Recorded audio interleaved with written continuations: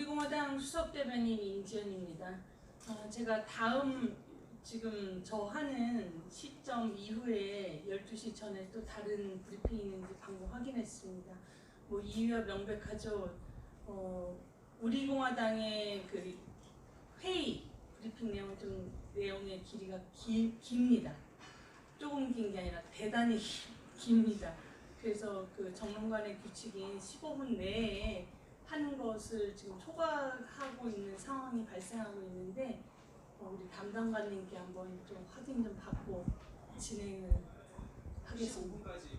딱 15분만. 원장이 10분이고요. 최대 15분이요? 그러면 내용을 누락하는 일이 발생하게 생겼습니다. 지금이 24분이니까 될 것 같은데 15분. 그러면 제가 현장 지도부 회의 내용을 두 차례에 걸쳐서 지금은 일단 홍문정 공동대표님 발언 및 조원진 공동대표님 발언에서 15분으로 맞추고 제가 오후 시간에 논평 드릴 때 그때 또 마저 진행하는 걸로 하겠습니다. 15분으로 하겠습니다. 염려하지 마십시오. 제가 40분까지 진행하겠습니다. 브리핑 드리겠습니다. 우리공화당 7월 16일 오후 5시 광화문광장 현장 지도부 회의 내용입니다. 조원진 공동대표, 홍문종 공동대표님 발언입니다. 먼저 홍문종 공동대표 발언입니다.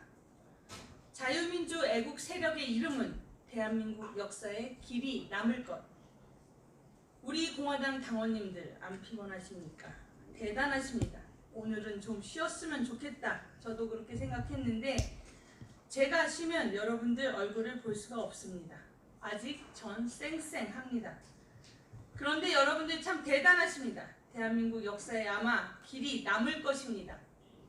박원순 이름은 안 남을 것입니다. 여러분의 이름은 남을 것이라고 생각합니다. 그리고 여러분이 대한민국을 살리는 우리 자유민주 애국 세력이었습니다.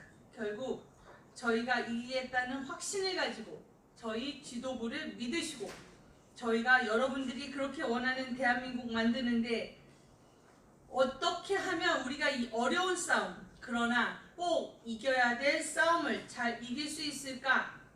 잘 궁리해 가면서 꼭 승리로 이끌겠습니다. 그런 말씀을 드립니다. 여러분들 16일 새벽에도 고생하셨습니다. 그리고 정말 자랑스럽습니다. 감사합니다. 라는 말씀을 드립니다.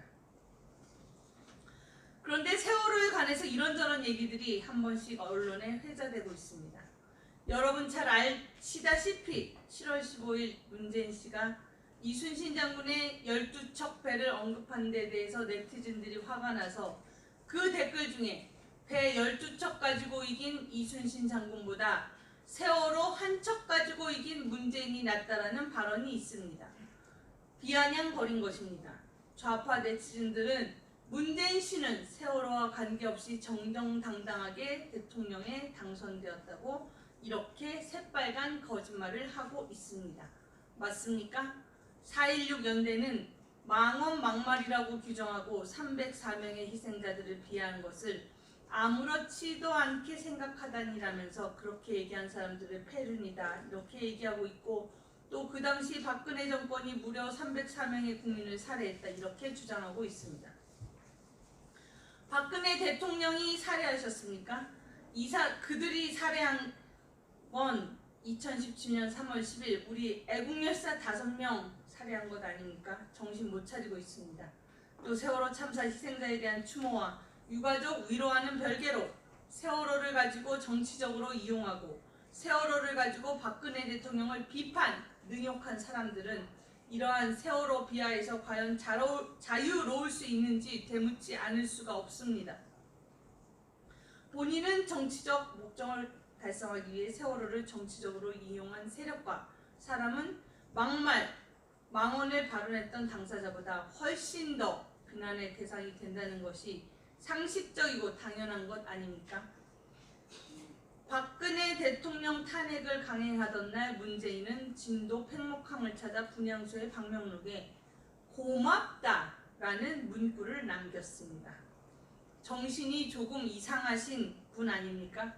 세월호 아이들에게 그렇게 고맙다고 표현한 것에 대해서 4.16 연대는 고맙기는 뭐가 고맙냐라고 한 번도 항의하거나 비판하지 않았습니다.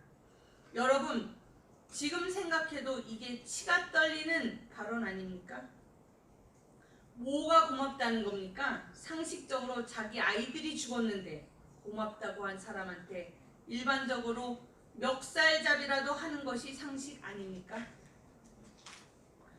탄핵 정국에서 표창원이라는 국회의원은 국회에 더러운 잠이라는 누드화를 전시했었습니다.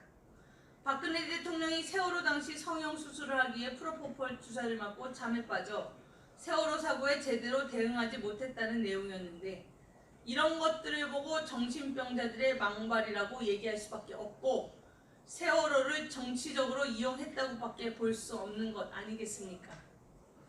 이러고도 세월호를 정치적으로 이용하지 않았다고 하는 것, 말도 안 되는 이야기입니다. 세월호 참사 이후 민노총 전국 노조는 총파업 요구사항으로 노동계 현안이 아닌 세월호 특별법 폐기와 대통령 퇴진을 내걸었습니다. 세월호를 반정부 투쟁에 선전적으로 이용한 것이야말로 정치적으로 악용한 대표적인 사례가 아닌가 싶습니다. 탄핵 정국 당시 광화문 광장에 박근혜 대통령의 목에 거대한 프로포폴 주사기를 꽂은 인형을 끌고 다니면서 촛불 쿠데타를 하지 않았습니까? 이 사람들에 대해 지금 생각해도 피가 거꾸로 솟는 폐륜적인 행동이라고 아니할 수 없습니다. 네티즌 수사대는 자료가 세월호의 잠수함 충돌 가능성을 주장했으나 세월호 인양 결과 전혀 충돌 자국이 없었습니다. 이에 대해 아무도 자료를 가짜뉴스 유포자로 고소고발하지 않았습니다.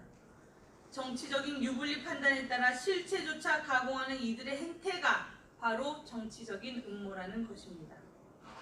저는 여러분들에게 말씀드립니다. 이 거대한 싸움에는 거대한 정치적인 음모와 정의와 진실을 말하는 우리 공화당, 그리고 태극기를 사랑하는 여러분들이 있다는 말씀을 드립니다. 저희가 이 거대한 싸움이 더 커지고 이 거대한 싸움이 더욱더 힘들어질수록 마지막으로 갈수록 이 사람들의 발악은 더 심해질 것입니다.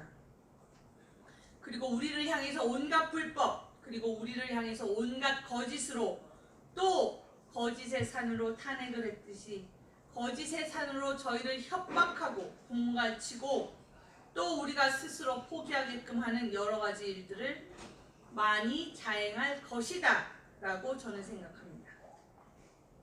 승리는 우리의 몫으로 놓여 있습니다.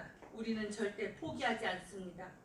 여러분들도 절대 포기하지 않고 광화문 광장을 포기하지 않듯이 우리 민족의 진정한 목소리, 그리고 우리 민족이 꼭 나가야 할 방향을 여러분들과 함께 광화문 광장에서 만들어 가겠다는 말씀을 드립니다. 여러분 용기 내시기 바랍니다.